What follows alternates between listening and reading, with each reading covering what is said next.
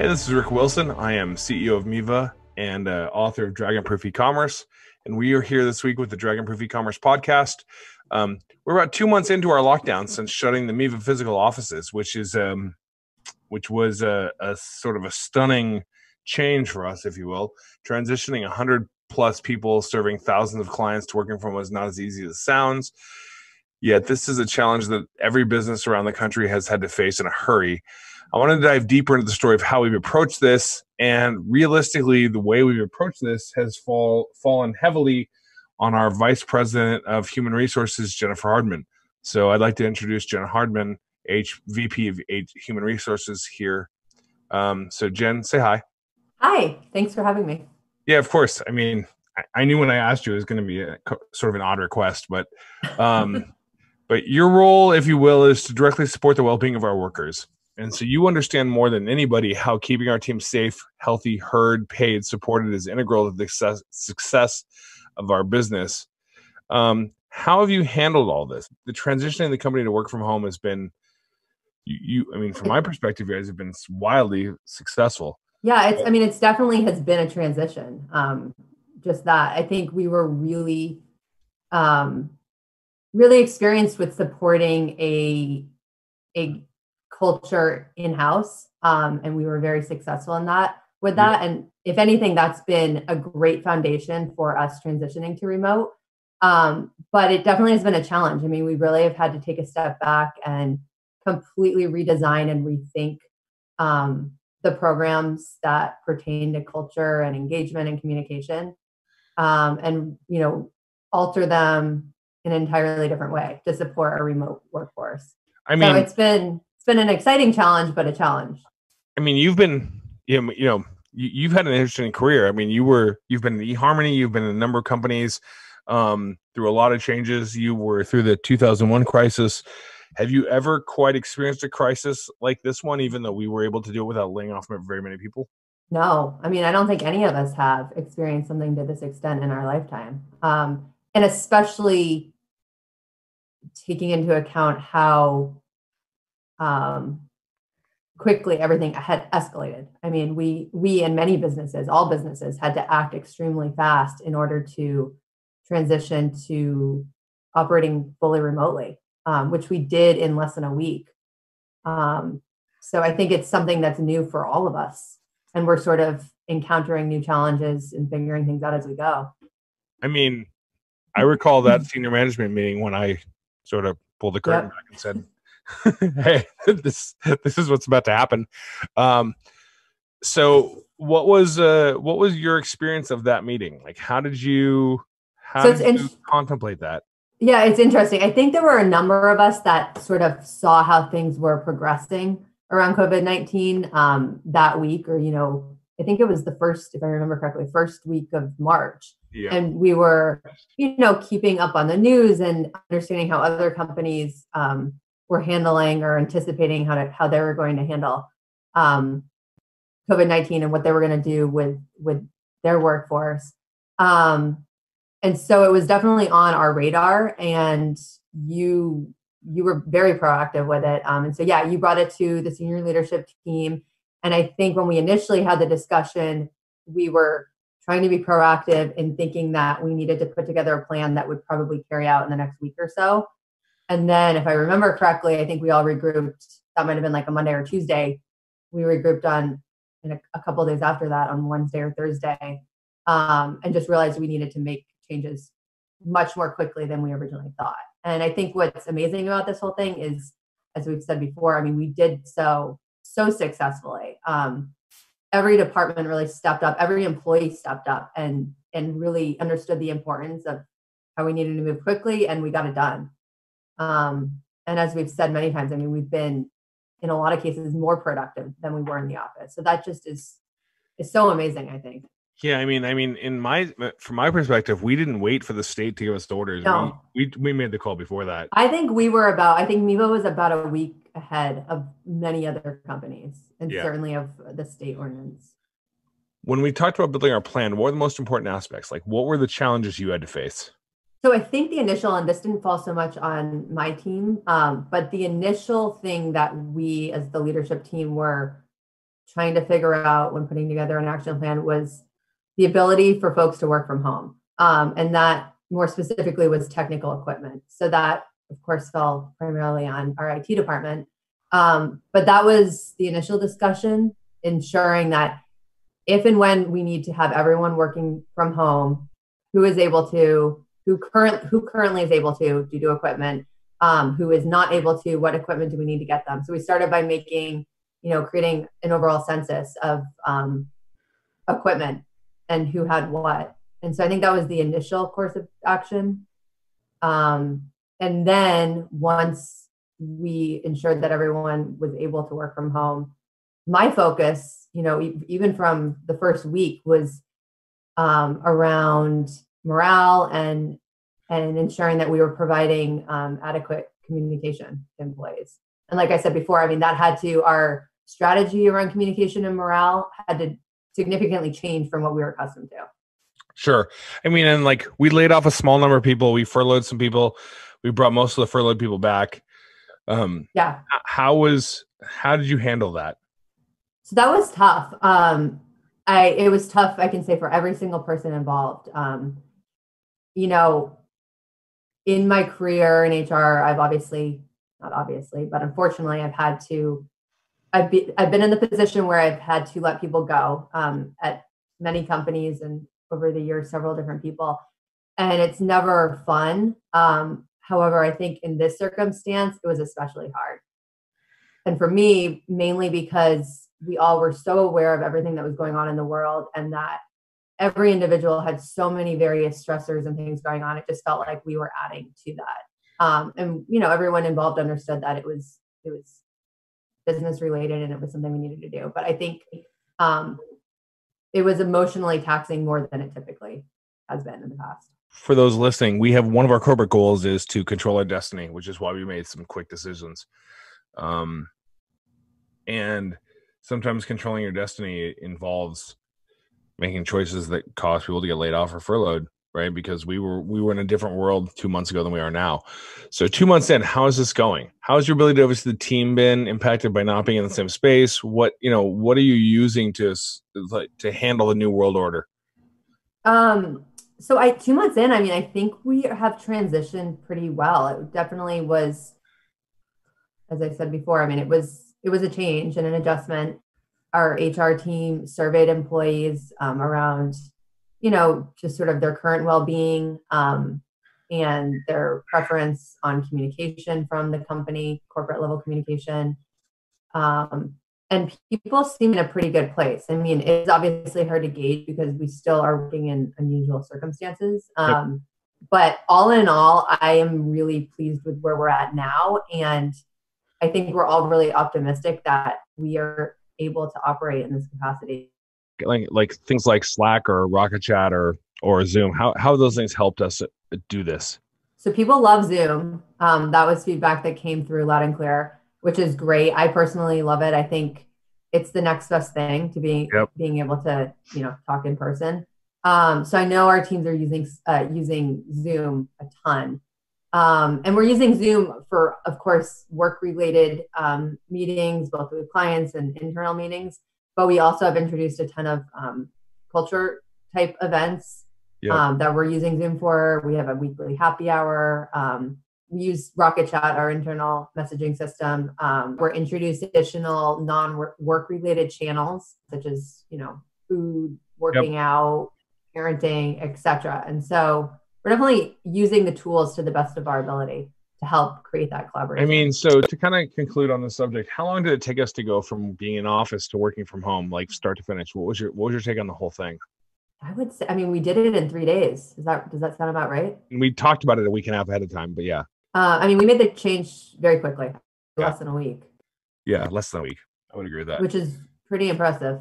Oh, I think kudos to your team completely. There's an idea going around that people are not working from home in a traditional sense, but instead they're sheltering at home during a crisis, trying to get work done. Mm-hmm. Would you agree with this distinction, or what's different here versus work from home normal issues? Very much so. I think we have over 100 employees, and I would guess that almost everyone is working in a situation at home that's different than what it ordinarily would be if COVID-19 was not in the mix. So, I mean, in most cases, people have other family members at home, ranging from small kids to teenagers to college kids. I know I've heard people venting about all of the above, having children in the house. Most of us have, spouses who, in a lot of cases, are working as well. My husband and I are sharing, the one area where if we have an important conference call. I think there are just a lot of what's been the biggest challenge you've seen across the board? Is it just being stuck in the same house with everyone, or with small kids, or what's been the challenge? And I'm thinking through, because we asked a similar question in the employee survey that we sent out. Yeah. And I believe the overall feedback was just having distractions. So it wasn't necessarily kids. I mean, personally, I have 2 small kids, so that's a huge distraction to me. But I think even people who don't have kids, just having the distraction of someone else in the house when you wouldn't typically have that is challenging. I mean, so what's your take on how this is impacting people psychologically so far? Are you seeing quarantine fatigue? I think it's been tough for people. And we did notice that, initially people were really, as we said earlier, the response from the team when we initially made the decision to go remote was really positive. Everyone participated and stepped up to make that happen quickly. And I think we did start to notice that the novelty of the new environment wore off probably within 3 to 4 weeks. And I think it's been challenging for people feeling isolated. So we put together programs to kind of combat that, whether it be happy hours with the team, or we were doing weekly yoga sessions to help relieve stress, just things that, activities that help our team come together are beneficial. I mean, on that kind of note, so what are the unique challenges for people with children at home during this lockdown? Well, I think a lot of people are facing having to homeschool their children in addition to working their full-time job. And it's close to impossible, the position that many of us are in. Yeah. I mean, you can't possibly be 110% productive at your job and 110% productive at schooling and parenting your children. So that's hard. I think the other thing along those lines that's hard is we don't really know how long this is going to go on for, right? No, we don't. So if there was an end in sight and we knew, hey, we're going to be in this position for another month, that would be one thing. But I think we're all anticipating this could be a lot longer than that. So it is challenging. I mean, I think everyone's making it work to the best of their ability. And the other thing that Miva is doing to support employees that have children or, have distractions at home is we're just being even more flexible and accommodating than we have in the past. And that's one of the things that we did previously. We were always really flexible around people's schedules and whatnot, but even more so now, our expectation is that people perform their jobs, but we're open to the hours that they perform at and really understanding that they're balancing a lot right now. Yeah, I mean, kind of on that subject, what all are you seeing from our perspective that we're doing to support people with kids in this situation? Because I agree, the situation you're describing for parents having to both take over sort of the role of teacher, homeschooler, and worker is it's not really plausible. Yeah, I mean, I think the biggest thing we're providing is, again, just the flexibility to allow our employees to wear both hats of getting their job done for Miva and also being a parent and a teacher. And that's probably the main thing that we're able to do right now. And then, as I mentioned before, we're also offering a lot of activities and stress relief type programs that are intended to support the employee. And some of these programs are offered to the family. So the yoga that I mentioned last week, when we did that, we had a number of people participate with their kids. A nice way to take a break midday. What kind of things are we doing to boost morale and create a sense of office culture we I think you guys have done a great job at, personally. Thanks. And I think there's, I'm looking forward to as I was actually saying earlier this morning, we were in a position initially where we had to be reactive and just kind of put together what we could as quickly as we possibly could when we first transitioned to working from home. And now we're in a position where we can be more strategic and plan and be proactive in terms of offering things that people hopefully are wanting. So we do on a light note, we do a weekly happy hour via Zoom. I know, Rick, you've been on it a couple of times. I don't think you and I have ever been on. I've been on twice. Yeah. I kind of come in every other week or so. But I would say on average, we have about 20 employees, sometimes more, sometimes less. So it's a pretty good turnout. Yep. From what I understand, I typically have stayed on for about 30 minutes to an hour. But from what I understand, some people stay on for hours. Yeah, like David Hubbard, et cetera. I've probably been on for about an hour. So that's been awesome. We're looking forward to in the next month or so, hopefully doing a wine tasting event over Zoom, which will be cool. And you want to describe what we're going to do there? We're still working through the details, but essentially we're going to ship all of our employees 2 bottles, a bottle of red and a bottle of white. And one of our employees is friends with a winery, and that person is going to, I think the owner of the winery, is going to lead a wine tasting class via Zoom with all of us. And he's going to explain to us the differences between the wines and what to look for, and the tastes and the notes, etc. I'm not a wine kind of a fun little remote activity. And the other thing that I think people are looking forward to is when we were in the office, one of the biggest, most popular events that we had that people loved was trivia that we would do every 2 to 3 months. People loved it. There's a huge participation. And so we actually reached out to that same company, and they're now equipped to offer trivia over Zoom. And so that's something we'll be offering in a couple of weeks to support more socialization and collaboration amongst the team. We have introduced several Rocket Chat channels that target. So for those, just not to interrupt you, for those listening, Rocket Chat is a lot like Slack. It's essentially an open source clone of Slack that we use because we can host it ourselves, but it would be the same thing as a Slack channel. So, and that in a sense is trying to bring together conversations over chat that would previously have happened casually in an office environment. So again, the topics are, our current topics are, we have one food related for foodies who want to share awesome restaurants that are open and that are delivering or new recipes that they've tried. We have a Rocket Chat channel for, it's called Miva Moves, just sharing like their runs, their cycling. And then lastly, I think the big thing that we've offered is wellness initiatives. And that's something that we offered when we were in the office, but we've seen even more need for it now that we're remote. People need a break. They need a stress relief. So we have a couple monthly wellness events going on, challenges going on. The current one is moving 30 minutes per day and encouraging everyone to do that, whether it be, a workout or even playing soccer with your kids or going for a walk. And then communication is big as well. And so that's something that it took a couple of weeks for us to figure out the right frequency of communication. And we've determined that we have our weekly huddles. And we do an all hands on meeting every Friday morning, which we used to do in person. Now so it's only usually about 10 minutes, but it's Friday mornings around 10 a.m. Pacific time. And I talk to the company, and Jen helps me share the info that I need to share with the company. Yep. Really casual, informal, but just a quick way to share any important updates that occurred over the past week.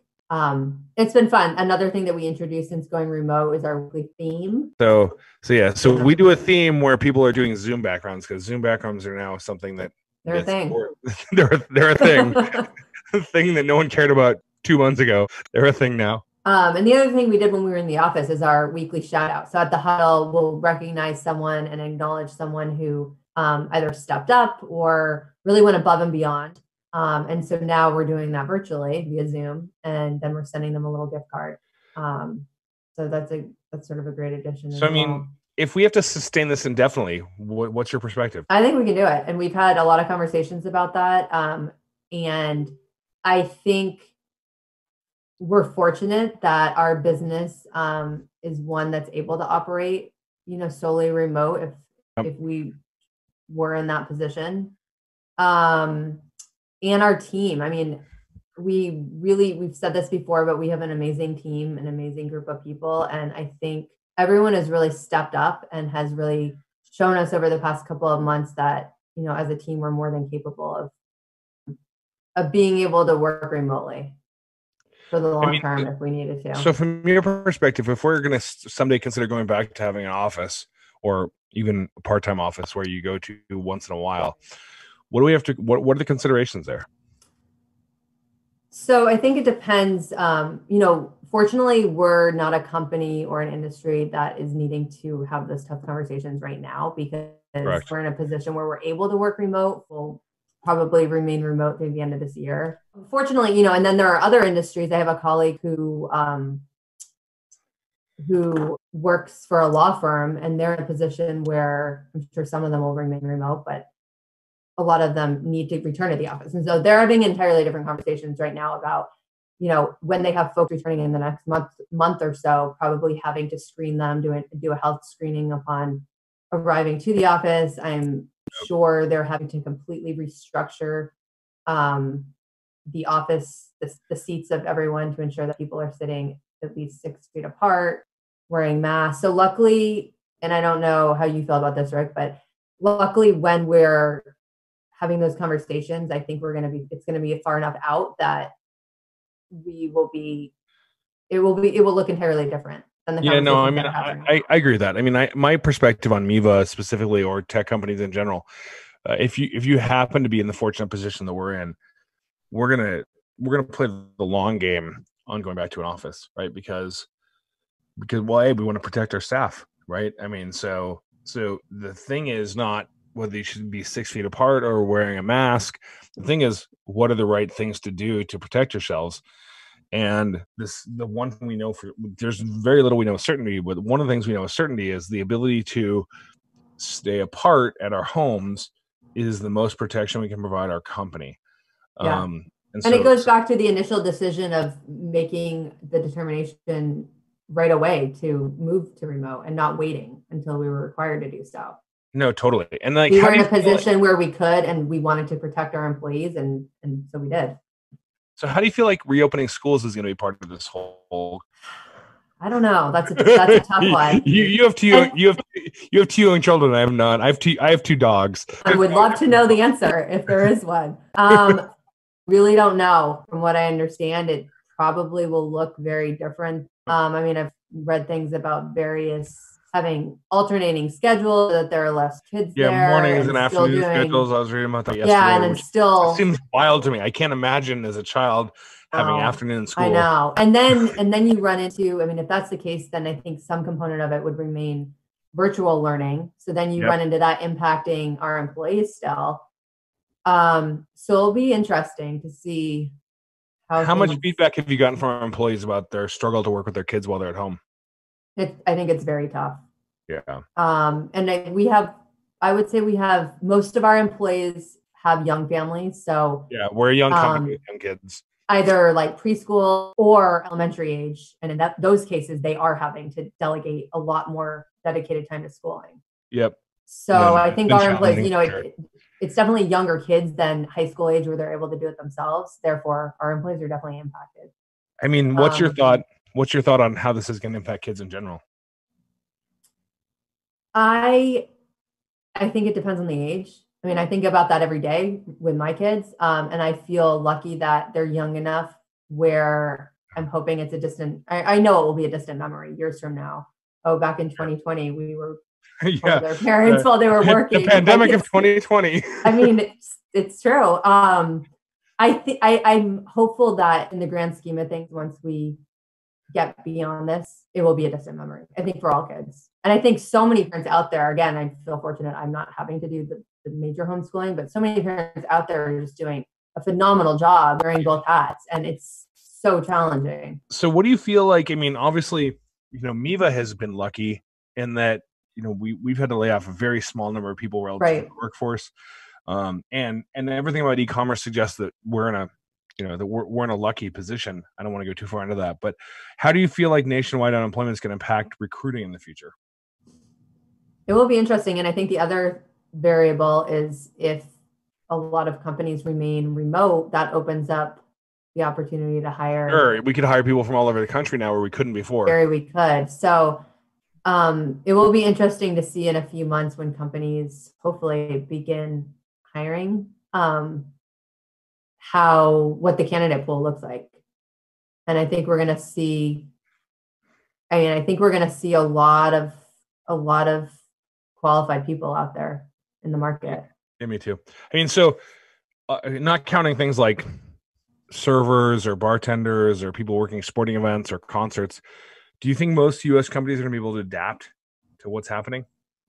I think so. I mean, again, it really depends on the industry, but I think if it's a business that is equipped to work remote, I think we'll be able, I feel confident that we'll be able to get through this. The market, it will be interesting to see what happens to the candidate pool and the market in that regard, because I think Miva will be in a good position when we're going to have a lot of qualified candidates for our positions. Yeah, no, and even more so if we're lucky in that sense. And I think we likely will broaden our region. Therefore, we're going to have even more. Yeah, sure. I mean, we typically would have. Yeah, I mean, you can kind of see where I'm heading. I mean, we're heading to a world where this is the new norm. I mean, we have many systems and safeguards in place to protect our workers, but normally these things take time and careful planning to evolve. How important is it for companies to be flexible in how they manage during this time? I think it's extremely important because there are so many, as we just mentioned already, there are so many unusual circumstances surrounding everyone's unique situation right now that it's so important for companies to be accommodating and flexible and ensure that there's very fluid communication, because everyone is being asked a lot right now, whether we talked about having kids and not having kids. I mean, whether you have kids or not, you have a very less than ideal situation. Yep, absolutely. People have a lot on their plate. I mean, another component is, which we talked about a little bit, but just like mental health and well-being. It's challenging, I think, when people can't run an errand during the day, just can't disconnect from work. And in some cases, I mean, fortunately, I have a backyard, so I can get some sun in the backyard if I need to, or go on a walk. But in a lot of cases, if people live in an apartment, that's not the case. And so that's really tough. Well, anything else you want to say, like on this? Like, what do you think has been the number one thing that's caused what I will define? I'll just define this at this point as success in our ability to transition to work from home and keep our morale up. What do you think has been the best choices you guys have made? I think being our ability to react quickly,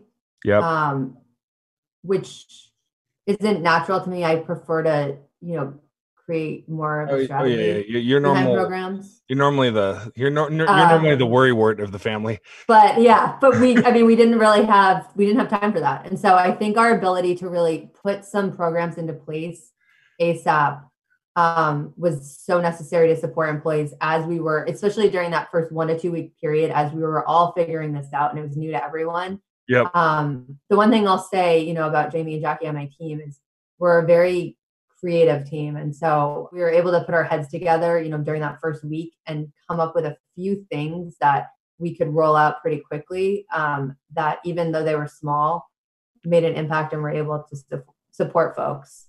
So like the weekly Huddle theme that we mentioned, that was something that was relatively easy to put together, but it just kind of like lightened the tone during the first week to 2 weeks.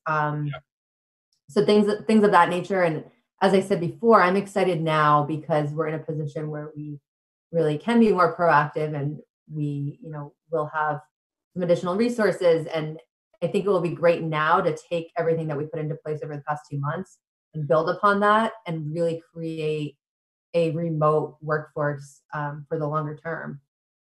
I mean, look, I for one will congratulate you and your whole team. You guys have done a phenomenal job. I'm very proud of what you guys have done.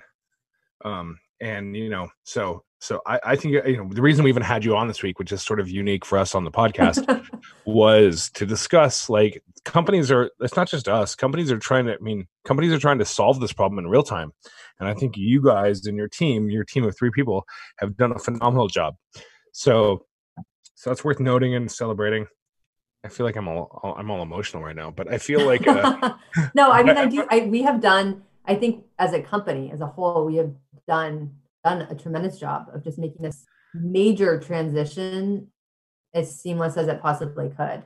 And and absolutely. And the goal of this week's podcast was really to sort of share the success of that transition with those who are listening, because it is possible. I mean, you can handle this in uncertain times.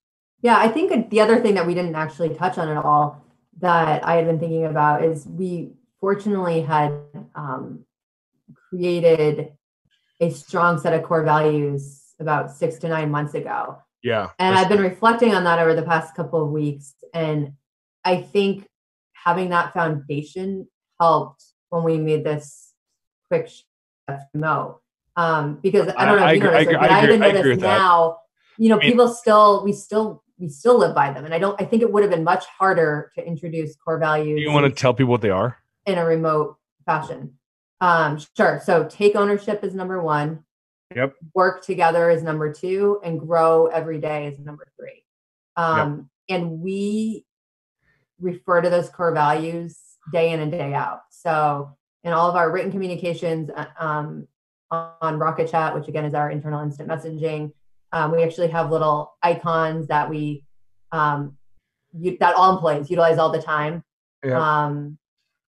We, reference the core values in emails. We reference them in company-wide meetings. Rick mentions them during the weekly huddle. So that definitely helped, I think, significantly, having that as our foundation and having that sort of universal guide that we all try to live by and follow. So on that note, I want to say thank you for joining me. Thank you for having me. Yeah, thank you for being listening to the e-commerce, the Dragonproof e-commerce podcast. You can subscribe at any of your favorite podcast platforms. It's like a seashells thing. And please leave us a review. And according to my producer, Chris, even a bad review is a good review. So we'll take any review you want to give us. So thank you, everyone. And we'll talk to you again next week.